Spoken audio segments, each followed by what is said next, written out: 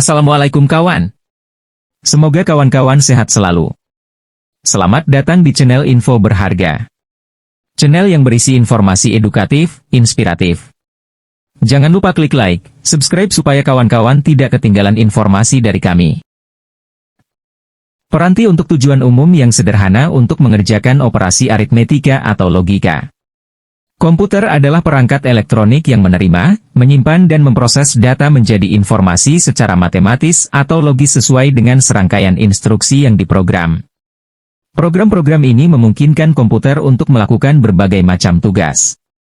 Sistem komputer adalah komputer lengkap yang mencakup perangkat keras, sistem operasi, perangkat lunak utama, dan peralatan periferal yang diperlukan dan digunakan untuk operasi penuh. Perangkat keras adalah bagian fisik komputer, yang meliputi komponen internal dan bagian eksternal seperti monitor, tetikus dan keyboard.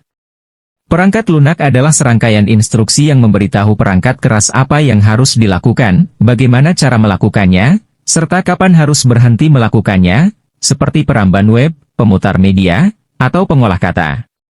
Komputer awal merupakan komputer program tetap, dirancang untuk membantu orang dalam melakukan perhitungan sejak zaman kuno, seperti Swipoa dan kalkulator. Salah satu komputer pertama dibuat pada tahun 1941 oleh Atanasoff Berry untuk memecahkan sistem persamaan linier. Mesin Turing dan Colossus yang dikembangkan selama Perang Dunia Kedua, dirancang untuk memecahkan kode Enigma Jerman. Komputer awal lainnya ENIAC dan komputer lain buatan Konrad Zuse, Z3, Z4. Komputer modern merupakan komputer program tersimpan yang dapat menjalankan serangkaian urutan instruksi. Secara konvensional, komputer modern dapat didefinisikan sebagai suatu peralatan elektronik yang terdiri dari beberapa komponen, yang dapat bekerja sama antara komponen satu dengan yang lain untuk menghasilkan suatu informasi berdasarkan program dan data yang ada. Konsep komponen-komponen komputer ini berasal dari arsitektur von Neumann, ketika John von Neumann memaparkan arsitekturnya pada tahun 1945. Program dan data dibaca dari peranti masukan, seperti pembaca kartu, keyboard, tetikus, tuas kendali, DLL, ke dalam unit pemrosesan sentral, CPU. Instruksi program diproses baris demi baris secara berurutan, memindahkan data antara CPU dan memori, melakukan operasi aritmetika dan logis pada data, mengubah urutan operasi sebagai respons terhadap informasi dan mengirimkan hasilnya melalui peranti keluaran, seperti mesin cetak, monitor, DLL. Kata komputer secara umum pernah dipergunakan untuk mendefinisikan orang yang melakukan perhitungan aritmatika, dengan atau tanpa mesin pembantu. Menurut Barhard Concise Dictionary of Etymology, kata tersebut digunakan dalam bahasa Inggris pada tahun 1646 sebagai kata untuk orang yang menghitung, kemudian menjelang 1897 juga digunakan sebagai alat hitung mekanis. Selama Perang Dunia Kedua kata tersebut merujuk kepada para pekerja wanita Amerika Serikat dan Inggris yang pekerjaannya menghitung jalan artileri perang dengan mesin hitung. Sekalipun demikian, definisi di atas mencakup banyak alat khusus yang hanya bisa memperhitungkan satu atau beberapa fungsi. Ketika mempertimbangkan komputer modern, sifat yang paling membedakan mereka dari alat penghitung yang terdahulu ialah dengan pemrograman yang benar. Semua komputer dapat mengemulasi sifat apapun, meskipun barangkali dibatasi oleh kapasitas penyimpanan dan kecepatan yang berbeda, dan memang dipercaya bahwa mesin sekarang bisa meniru alat perkomputeran yang akan diciptakan manusia pada masa depan, meskipun niscaya lebih lambat. Dalam suatu pengertian, batas kemampuan ini adalah tes yang berguna karena mengenali komputer, maksud umum, dari alat maksud istimewa yang lebih awal. Definisi dari maksud umum bisa diformulasikan ke dalam syarat bahwa suatu mesin harus dapat meniru mesin Turing universal.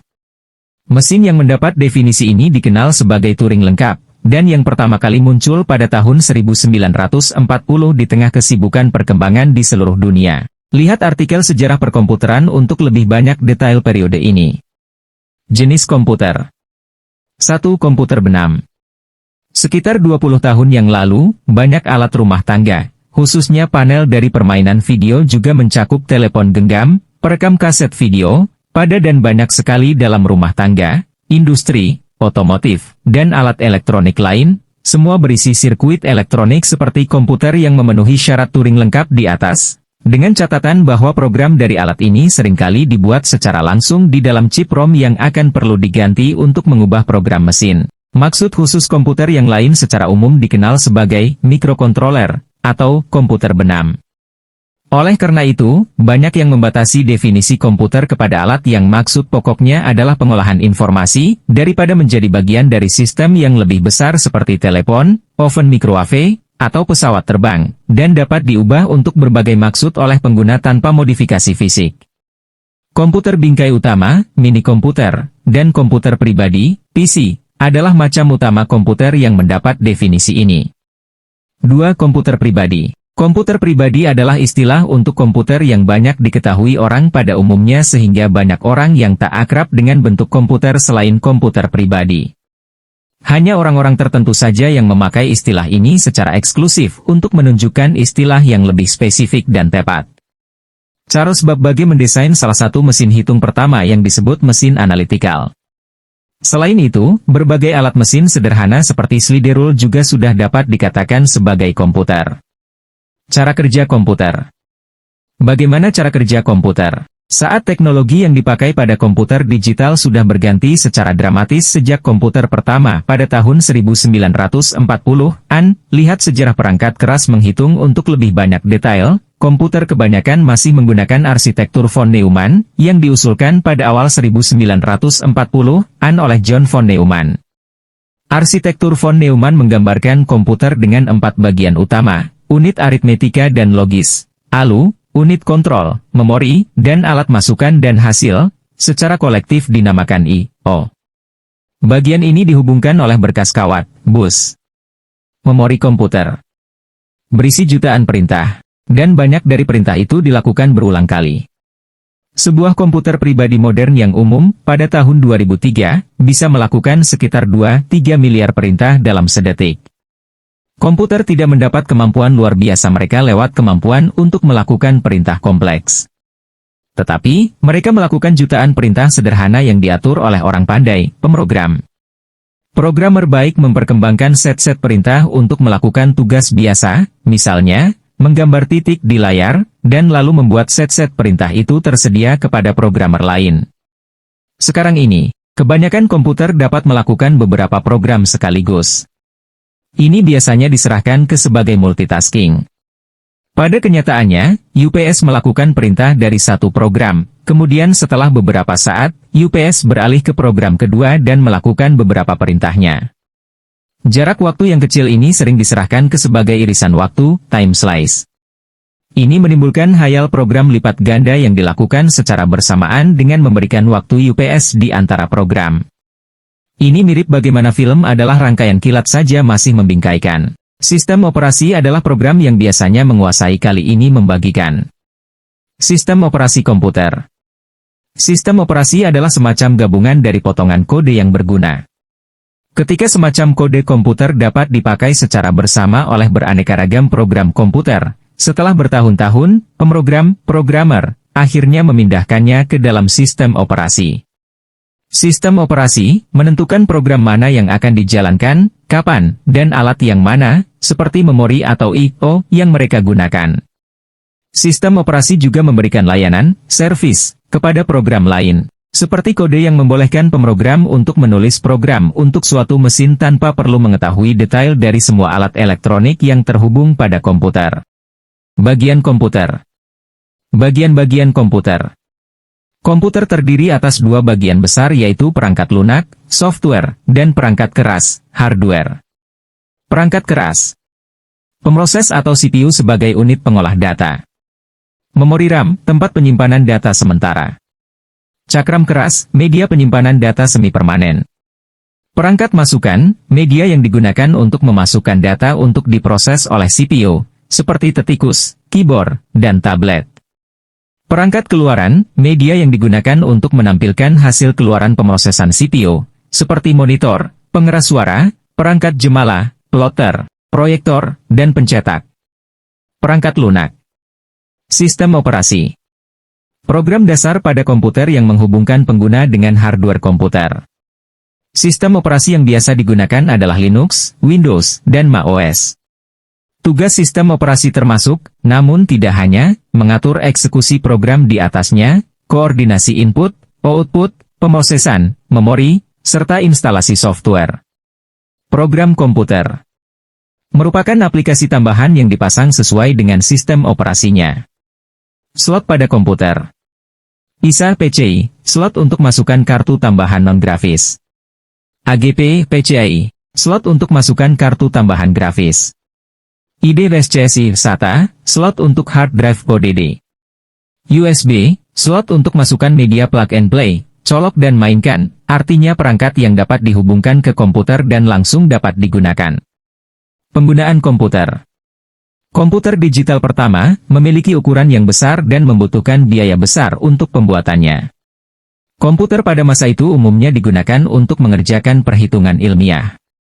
ENIAC, komputer awalnya dibuat untuk memperhitungkan tabel ilmu balistik untuk persenjataan, artileri. Menghitung kerapatan penampang neutron untuk melihat jika bom hidrogen akan bekerja dengan semestinya. Perhitungan ini, yang dilakukan pada Desember 1945 sampai Januari 1946 dan melibatkan dala dalam lebih dari 1 juta punchcard, memperlihatkan bentuk lalu di bawah pertimbangan akan gagal. CIR MK1 CIRAC, komputer pertama Australia, mengevaluasi pola curah hujan untuk tempat penampungan dari Snowy Mountains, suatu proyek pembangkit hidroelektrik besar. Selain itu juga dipakai dalam kriptanalisis, misalnya komputer elektronik digital yang pertama, Colossus, dibuat selama Perang Dunia Kedua. Akan tetapi, visionaris awal juga menyangka bahwa pemrograman itu akan dapat memainkan catur, memindahkan gambar dan penggunaan lain. Orang-orang di pemerintah dan perusahaan besar juga memakai komputer untuk mengotomasikan banyak data dan mengerjakan tugas yang sebelumnya dikerjakan oleh manusia misalnya, memelihara dan memperbarui rekening dan inventaris. Dalam bidang pendidikan, ilmuwan di berbagai bidang mulai memakai komputer untuk analisis mereka sendiri. Penurunan harga komputer membuat komputer dapat dipakai oleh organisasi yang lebih kecil. Bisnis, organisasi, dan pemerintah sering menggunakan banyak komputer kecil untuk menyelesaikan tugas yang sebelumnya dilakukan oleh komputer kerangka utama yang mahal dan besar. Kumpulan komputer yang lebih kecil di satu lokasi disebut sebagai server. Dengan penemuan mikroprosesor di 1970-an, menghasilkan komputer yang sangat murah menjadi mungkin. PC menjadi populer untuk banyak tugas, termasuk menyimpan buku, menulis, dan mencetak dokumen. Perhitungan meramalkan dan lain berulang matematika dengan lembatang sebar, berhubungan dengan e-pos dan internet. Namun, ketersediaan luas komputer dan mudah dikostumisasi komputer dapat digunakan untuk banyak pekerjaan lain. Sekaligus, komputer kecil, biasanya dengan mengatur program, ditemukan cara mengaplikasikan mereka ke dalam alat lain seperti peralatan rumah, mobil, pesawat terbang, dan perlengkapan industri. Prosesor benar menguasai kelakuan alat seperti itu yang lebih mudah, membolehkan kelakuan kontrol yang lebih kompleks. Untuk kejadian, perkembangan sistem rem anti terkunci di mobil. Saat abad ke-21 dimulai, kebanyakan alat listrik, bentuk angkutan bertenaga, dan batas produksi pabrik dikuasai di sisi komputer. Kebanyakan insinyur memprediksikan bahwa ini akan terus berkembang. Terima kasih sudah mengunjungi channel Info Berharga. Semoga informasi yang kami sajikan menambah wawasan dan bermanfaat untuk kawan-kawan. Silahkan kunjungi video kami lainnya. Ketik di kolom komentar jika Anda mempunyai saran untuk pengembangan channel kami. Jangan lupa klik like, subscribe supaya kawan-kawan tidak ketinggalan video kami terbaru lainnya. Terima kasih. Wassalam. Terima kasih sudah mengunjungi channel Info Berharga. Semoga informasi yang kami sajikan menambah wawasan dan bermanfaat untuk kawan-kawan. Silahkan kunjungi video kami lainnya. Ketik di kolom komentar jika Anda mempunyai saran untuk pengembangan channel kami. Jangan lupa klik like, subscribe supaya kawan-kawan tidak ketinggalan video kami terbaru lainnya. Terima kasih. Wassalam.